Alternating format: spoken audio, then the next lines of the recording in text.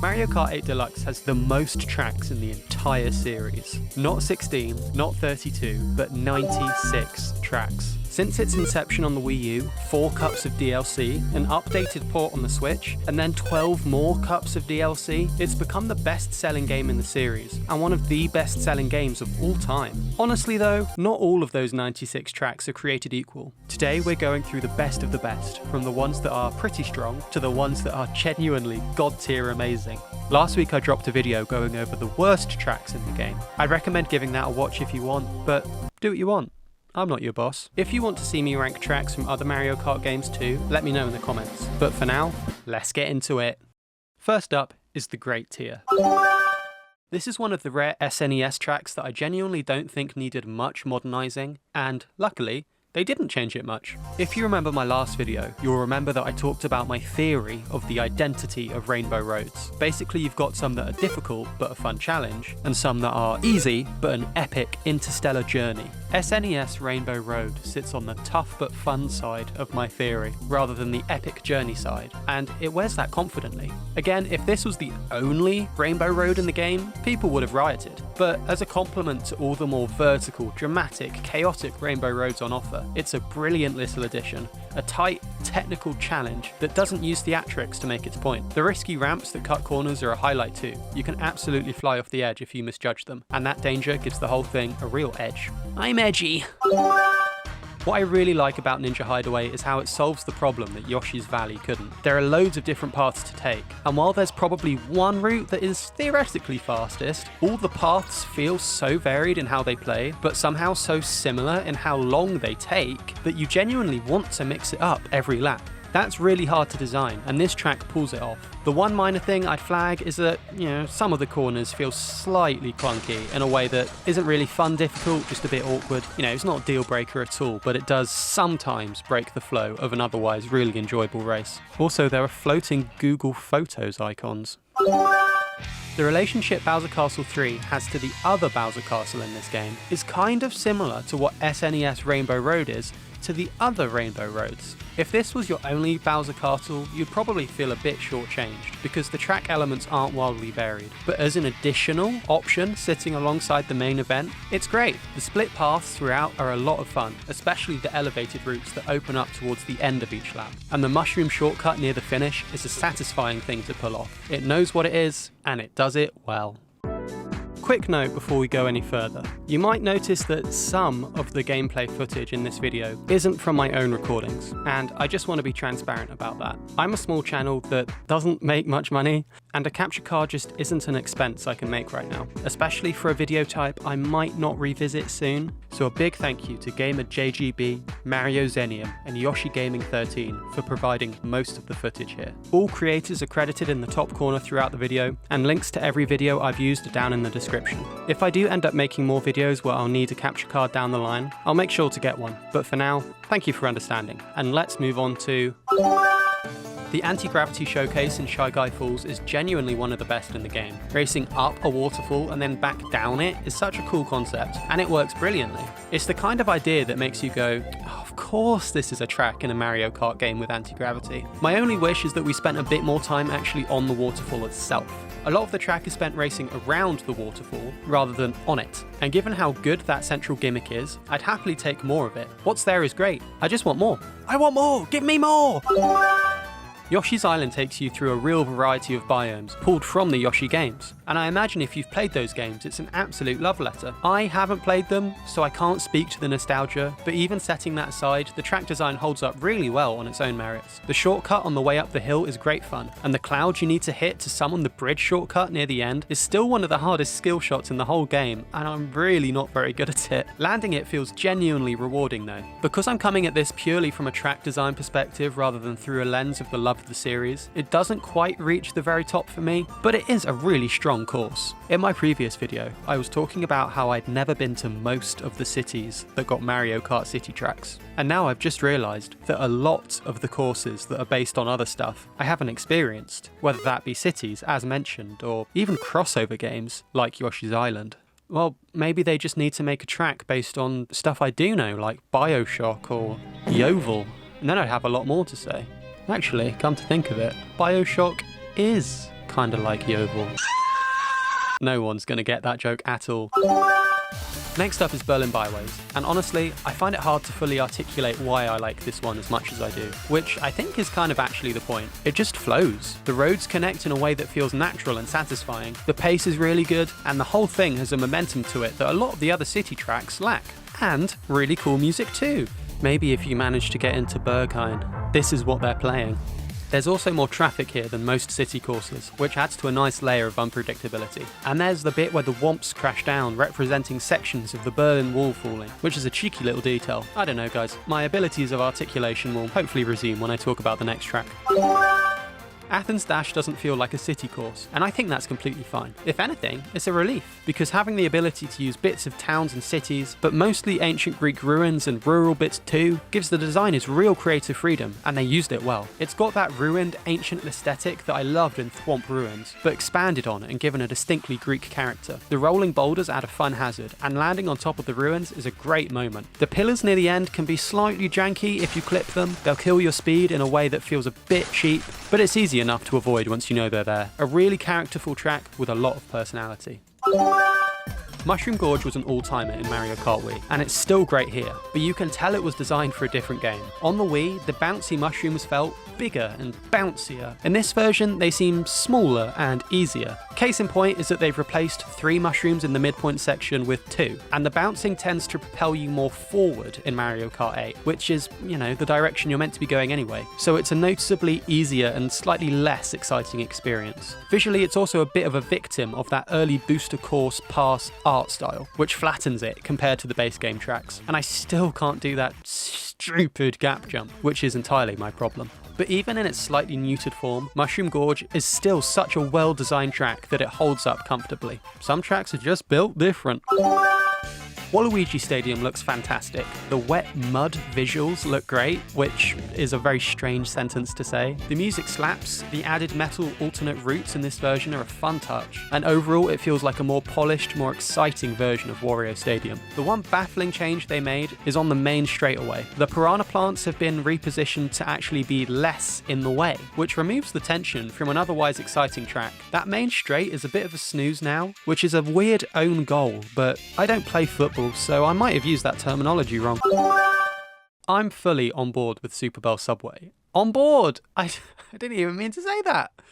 The slightly alternate routes all feel distinct enough, but equally valid, which as we've established is really hard to pull off. And the moving trains shake things up more than cars often do. They can alter which route is best, which keeps you thinking. The stressful shortcut near the end is great too, just the right amount of risky. I don't know, I just like trains, and I think I'm one of the 10 people on this earth who actually quite like the London Underground, apart from the price. If I'm being harsh, the underground setting can feel a little visually samey in places, and it doesn't quite have the jaw-dropping moments that some tracks above it do, but as an overall package, this is a really satisfying race.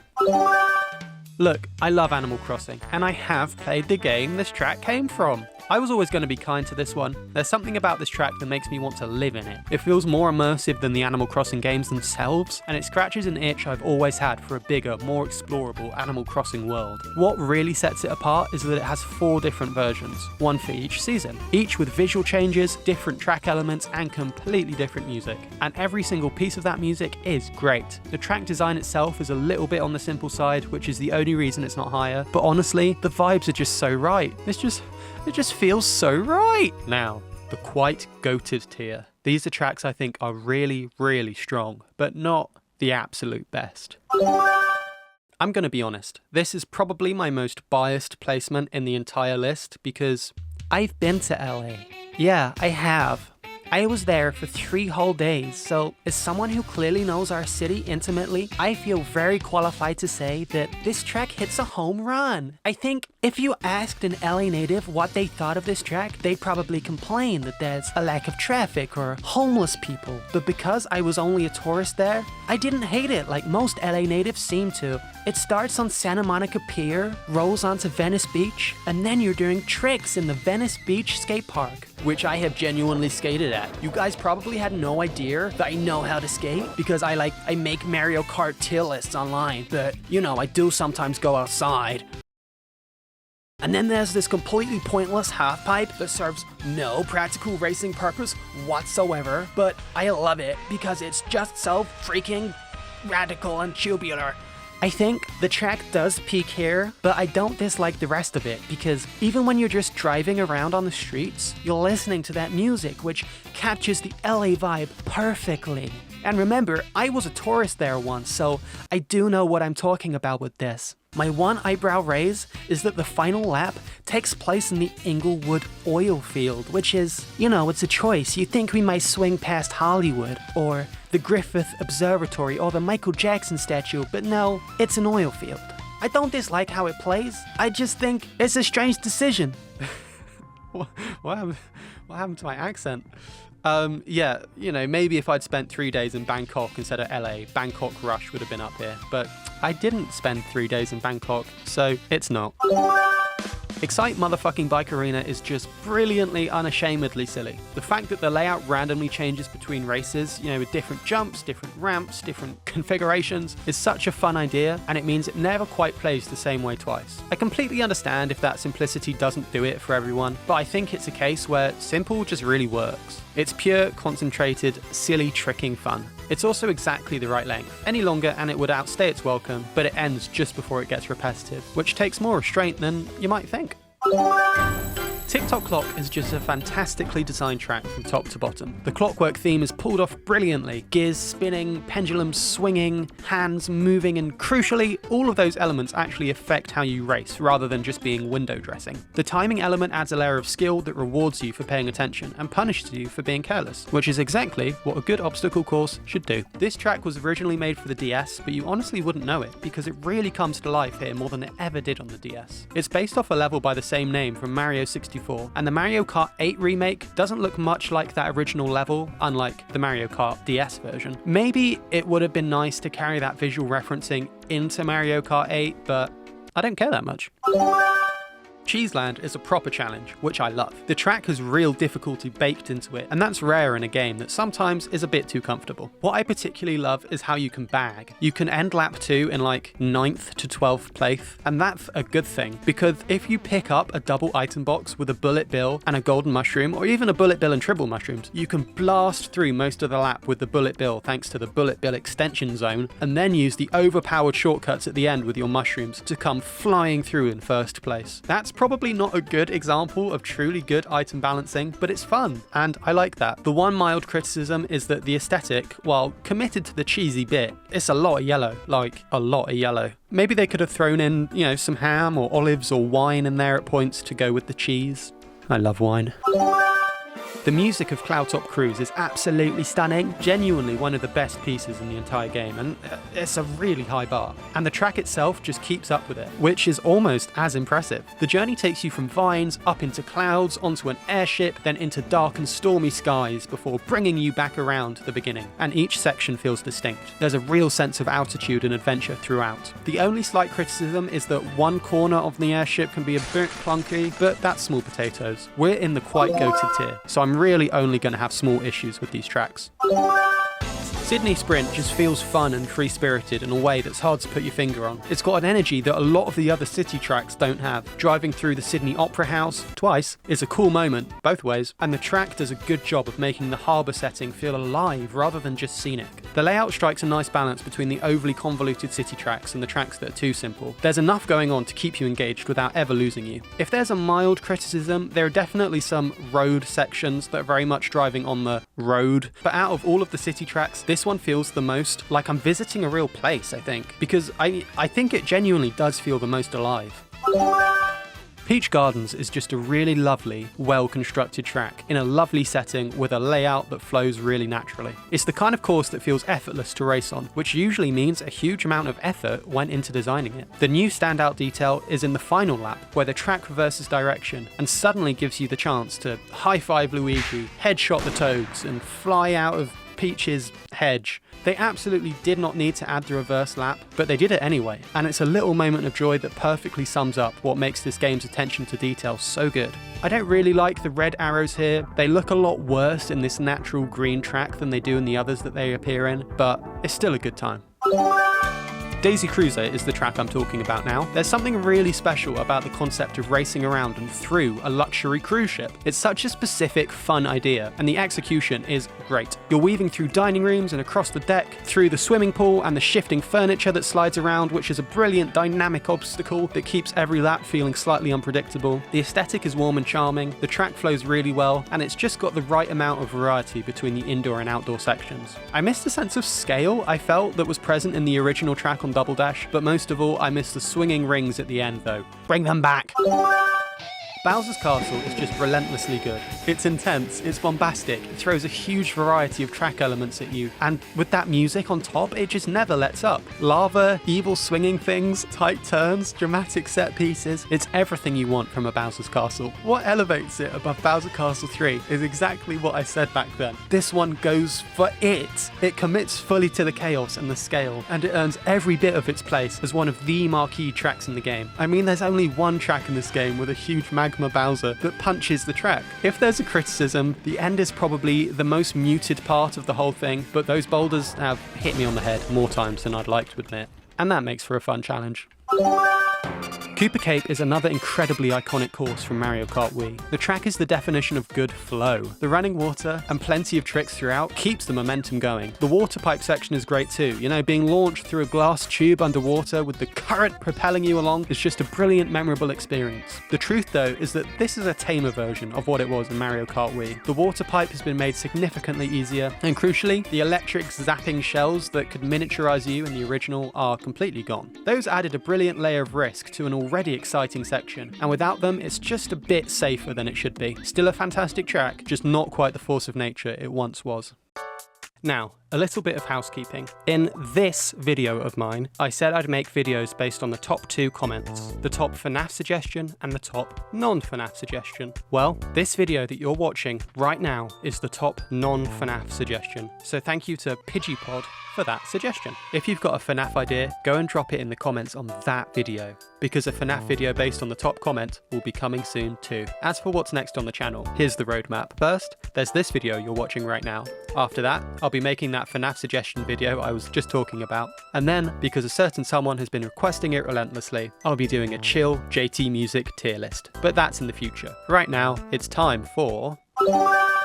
The energy of Wario's Goldmine is fantastic. It's fast, it's slightly dangerous, and it always feels like things are just about under control. The risky jump ramps dotted throughout the track are a highlight. Nail them and you can cut a corner beautifully, miss them and you're tumbling off the map. And that kind of risk reward in track design is always fun. The slight caveat is that, similar to Cooper Cape, this has been toned down a little from the Wii version. For example, the minecarts actually give you a boost now instead of sliming you out like they did on the Wii. The general sense of unpredictable chaos was a bit more intense back then. It's still a really exciting track, but players who remember the Wii original might feel it's lost a little of its edge. Who knew that just drawing a map in the shape of Yoshi's body would result in such a satisfying track to race on? And yet, here we are with Yoshi Circuit. The layout is genuinely great for drifting, the curves are long and rewarding, and there's a real rhythm to getting around it efficiently that takes time to master. The track just flows, in a way that's really hard to explain and really satisfying to experience. If I'm being sentimental, I do miss the extra route from Double Dash. It wasn't even really quicker, it was just a fun little detour that added character. Its absence doesn't hurt the track, I just liked it being there. The F-Zero energy in Mute City is absolutely electric. The speed, the anti-grav, the whole aesthetic. It's one of those tracks where you feel so fast, and that feeling never gets old. The crazy slow fall you can do at the end is actually really fun too. The music deserves special mention because it's so fire from start to finish. The only thing holding it back slightly is that you can't help but compare it to the other F-Zero track in this game, which we'll get to, and that one is just better. But, as a love letter to F-Zero, Mute City is a brilliant piece of work, and the boost strip mechanic alone makes it one of the most unique racing experiences in the whole game. The cannon launch at the start of DK Mountain is one of the great Mario Kart moments. Being fired out of a barrel onto the peak of a mountain and then racing all the way down the mountain is such a fun structure for a track, and not the only time it's been done in the series. The descent from Rocky Mountain and through the jungle is exciting and unpredictable, especially with the giant boulders rolling towards you, and the rippling bridge at the end is a fun place to get some last-minute trick boosts. This was my favourite course on Double Dash, and I think it's a testament to how the series has evolved that there are now so many tracks that came after it placed higher than this.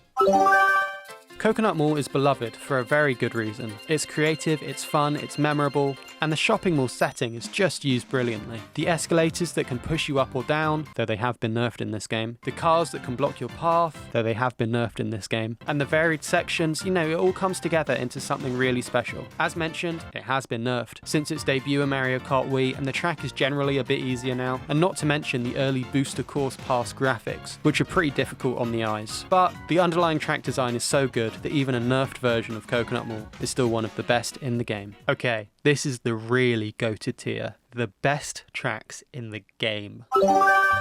Wild Woods oozes such a lively atmosphere. Oh, you're oozing, gross. Racing through a dense forest village, going down to the forest floor with a little pond, then racing up a tree to the finishing line with gorgeous lighting throughout is just such a Mario Kart 8 experience. It's visually one of the most impressive tracks in the game, and the layout is really well constructed too, with enough variety to keep it constantly interesting. I guess a very minor criticism would be that the shortcut at the end is weirdly difficult to take. Skill issue alert! Singapore Speedway is how you do a city course. Where so many of the other city tracks fail, cramming in landmarks as backdrop while you drive endless roads, Singapore Speedway actually integrates the city into the track design. You're not just driving past things, you're driving through and on them, like the Gardens by the Bay and the Marina Bay Sands. And it makes the whole experience feel alive in a way that London Loop and Tokyo Blur can only dream of. The layout is exciting, the visuals are gorgeous, and it feels like a celebration of the city rather than just a tour of it. If I was to have any tiny little issue, it's just there is that one moment where you really do just drive in a straight line, but that is really minor. The concept of racing through an airport is one of those ideas that sounds fun, but then with Sunshine Airport turns out to be even better in practice. You've got the boxes on the conveyor belts, flying in and out of a plane, flying onto some spiral thing in the air, flying under a plane, and then a little shortcut around a baggage carousel thingy. It's just all such a gag. The music makes me think of the best parts of airports. The free feeling that you can really go anywhere. And doesn't make me think of the worst parts of airports. The endless waiting. My only two issues are that the spiral thing floating in the air is kind of random. Like, what actually is that? And does anyone else get some minor audio issues when they play it? Or am I tweaking?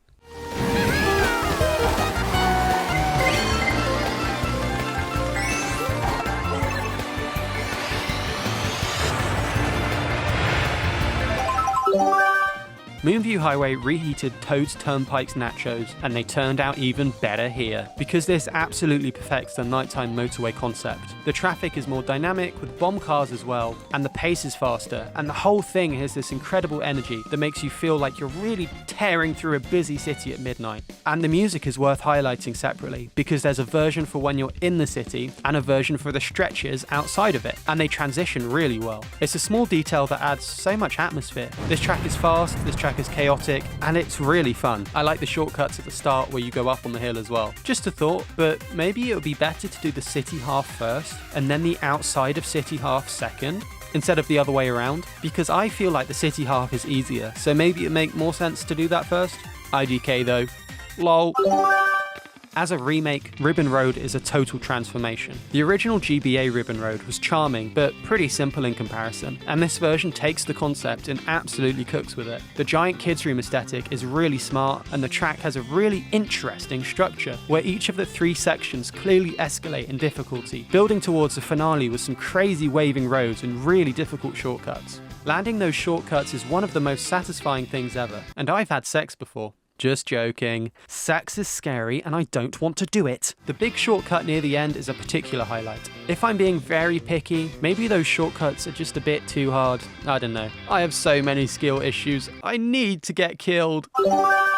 Autumn has been said to be the #1 most beautiful season by a lot of people in the world. Autumn is often said to be the #4 most beautiful season by a lot of people in the UK. And I live in the UK. Anyway, I think the point I'm trying to make is that Maple Treeway makes the most of its seasonal setting. The warm orange and red palette is stunning. The giant tree you race through is a wonderful set piece. That Wiggler section is one of those obstacles that, like every Wiggler section in this game, is cute, but it is very easy. The layout has this lovely flow to it. There are these long, satisfying drifting sections and enough elevation change to keep things really interesting throughout. I really like the shortcut you can take towards the start of the course, and you can even bail on it halfway through if you change your mind.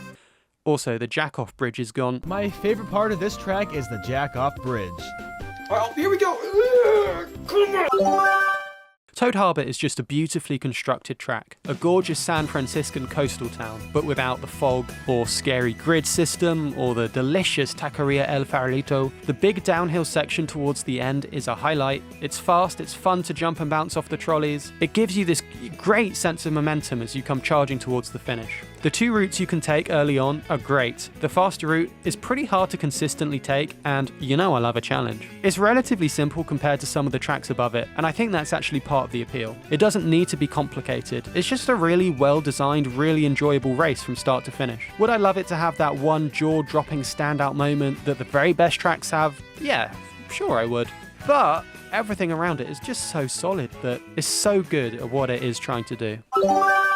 Squeaky Clean Sprint. The concept of being miniaturized and racing around a bathroom is so wonderfully absurd, and the execution is brilliant. You know, sponges, bath bombs, fans, and taps, they become these full-on track elements, and all of it is just completely charming. It's one of the most creative track concepts in the entire game, in my opinion, and the malfunctioning toilet that opens up a bonus route in the last 2 laps is exactly the kind of detail that makes you love this game. The pipe section is very slightly janky. It's just a touch too tight and can catch you out in a way that feels more fiddly than fun, but that's genuinely the smallest of quibbles in an otherwise fantastic track.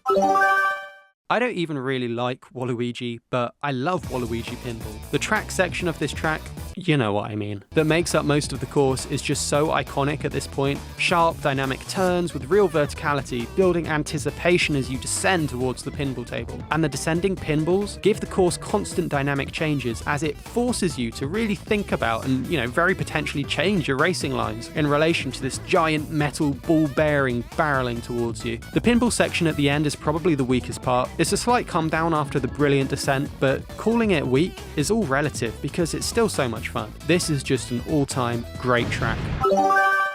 Going back to my Rainbow Road identity theory, this is the most epic journey Rainbow Road in the entire game, and it commits to that identity completely and gloriously. You genuinely feel like you're traveling somewhere, like this is the proper send-off the whole game has been building up to until this point. Driving on the moon is so unique, driving on the planet's rings is such a simple but perfect idea, and that spinning tube is like weird, but really fun, and the whole thing has a scale and grandeur that most tracks can't touch. If there's any criticism at all, it's that it might be a little bit too forgiving for a final Rainbow Road. A bit more danger would elevate an already incredible experience, but as a journey, it's unmatched.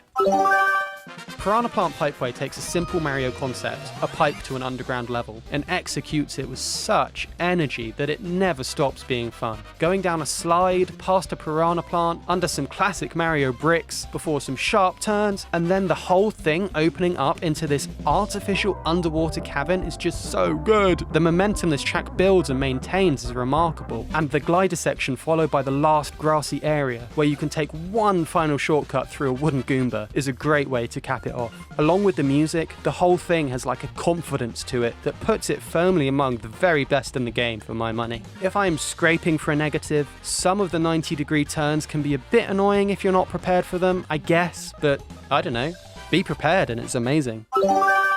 DK Snowboard Cross is like an evolved form of DK Mountain. The first thing you notice is how incredibly fire the music is. Then you're doing tricks, and that's fire. And you clearly realise how intentional from the designers it is to emphasise tricking on this course. Then you're jumping off loads and loads of little mounds, and then there's a double hairpin turn. But you can jump over that hairpin turn if you're quick enough. All before the last section, where you've got to try and trick off the edges of the half pipe without getting slowed down by snow or hit by a Shy Guy. It's fast, it's fun, it's tubular.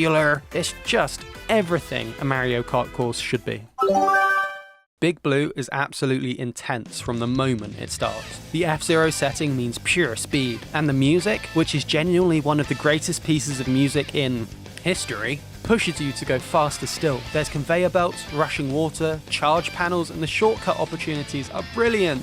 You know, some of these involve essentially launching yourself off the road and hoping for the best, which is a completely valid racing strategy. I think NASCAR should do that. The one real criticism, and it is a real criticism, is that it's over way too quickly. I'm through it in about 1 minute and 45 seconds, and to make the most out of it, it really should be like 2.5 minutes. For a track this good, this exciting, this relentlessly fun, it does deserve more time.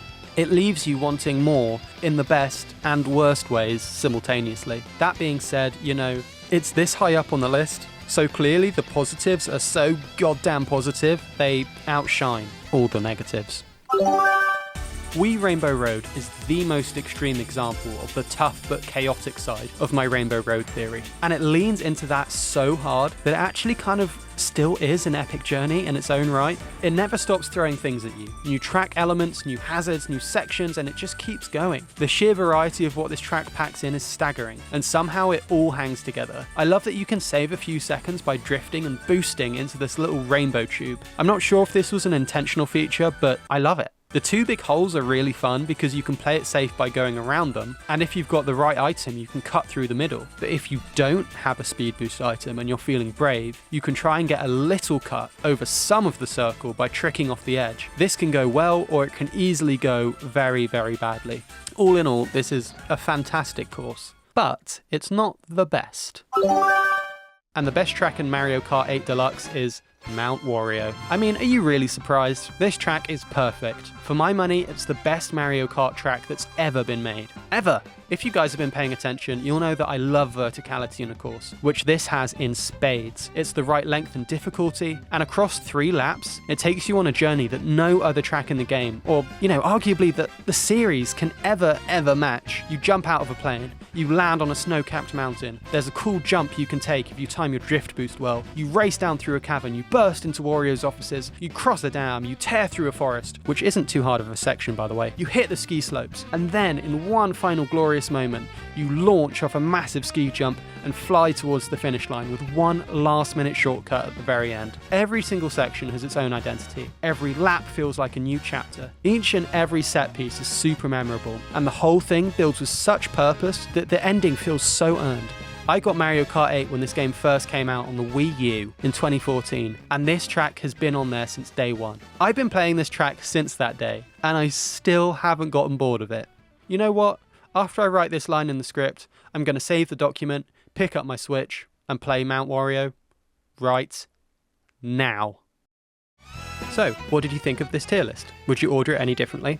And remember, if you want to hear my thoughts about the tracks in the bottom tiers, make sure to watch my video about the worst Mario Kart tracks. There's a link in the description to make your own tier list based off this template if you're so inclined, and a link in the description to buy me a coffee if you'd like to support me that way. But if not, you can always like and subscribe. Okay, bye.